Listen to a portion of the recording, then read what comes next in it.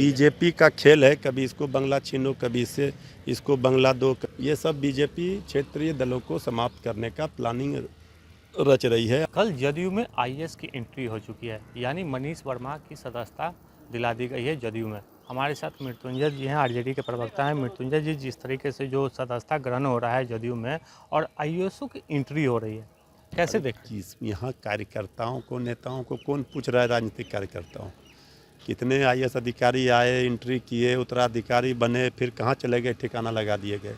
तो ये आ जाएंगे तो क्या कर लेंगे? अब तो जेडीयू समाप्ति की ओर है, अब जेडीयू का क्या अस्तित्व है? आप कह रहे हैं समाप्ति की ओर है, लेकिन नीतीश कुमार को आईएएस पर ज़्यादा भरोसा है, जिसके कारण उत्तराधिकारी आईएएस को बना जिन रहे हैं। पर भी भरोसा है, 6 महीना साल भर के मेहमान हैं, बाकी बोरिया बिस्तर समेटना होगा। किसका बोरिया बिस्तर? किसका? बोरिया जेडीयू का, एनडीए का, और क्या? जदयू तो केंद्र में अच्छा केंद्र में देखिए ना, पहले वो आप लोग कह रहे हैं कि बीजेपी वहाँ छोड़ेगी उनके सांसदों को, तब ना। वो तो जेडीयू में जो हाल है उसमें तो सबको पता है कि बीजेपी जेडीयू को समाप्त कर देगी। बीजेपी जदयू को समाप्त करेगी, लेकिन यहाँ पर जिस तरीके से जो आज उपचुनाव हो रहा है रुपौली में, क्या लग रहा है? चुनाव में रुपौली की जनता ने मन बना लिया है। बीमा भारती भारी मतों से जीत रही हैं।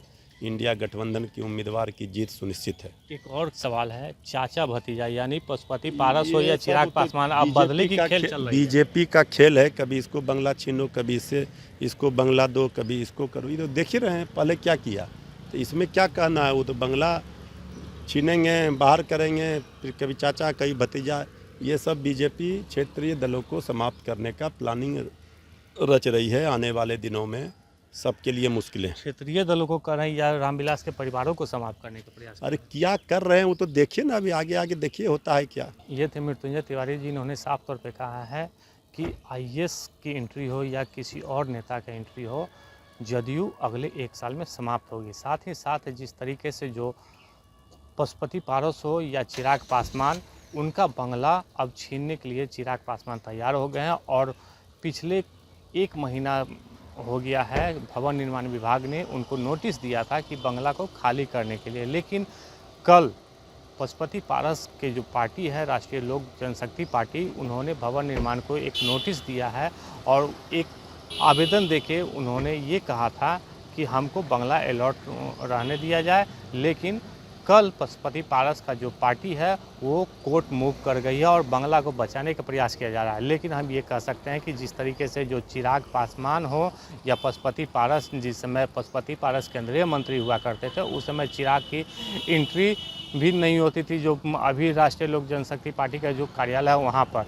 लेकिन अब चिराग पासवान केंद्रीय मंत्री बनने के साथ ही नीतीश कुमार का चहेता आदमी बन गया और जैसे ही चुनाव लड़े और चुनाव में जीत हासिल हुई, उसके बाद नीतीश कुमार के करीबी माने जाने लगे और बार बार वो एक अन्य मार्ग यानी मुख्यमंत्री आवास आते हैं और वहीं पे ये सेटिंग होती है कि जो पशुपति पारस का जो आवास है, यानी कह सकते हैं कि राष्ट्रीय लोक जनशक्ति पार्टी का जो प्रधान कार्यालय है पटना में, उसको खाली कराने का नोटिस दे दिया गया है। उसी को लेके पशुपति पारस का जो प्रवक्ता है वो अनुरोध कर रहे हैं कि हम लोग कोर्ट जा रहे हैं, अभी इस पर विराम लगाया जाए और यदि भवन निर्माण चाहती है तो उस पे हम लोग मुआवजा देने के लिए तैयार हैं, उनका जो जितना किराया होगा वो देने के लिए तैयार हैं। लेकिन अब देखना होगा कि क्या पशुपति पारस वो बंगला छोड़ते हैं या नहीं छोड़ते हैं। लेकिन इसके बीच बिहार की राजनीतिक सरगर्मी तेज हो गई है और आरजेडी प्रवक्ता जो मृत्युंजय तिवारी हैं,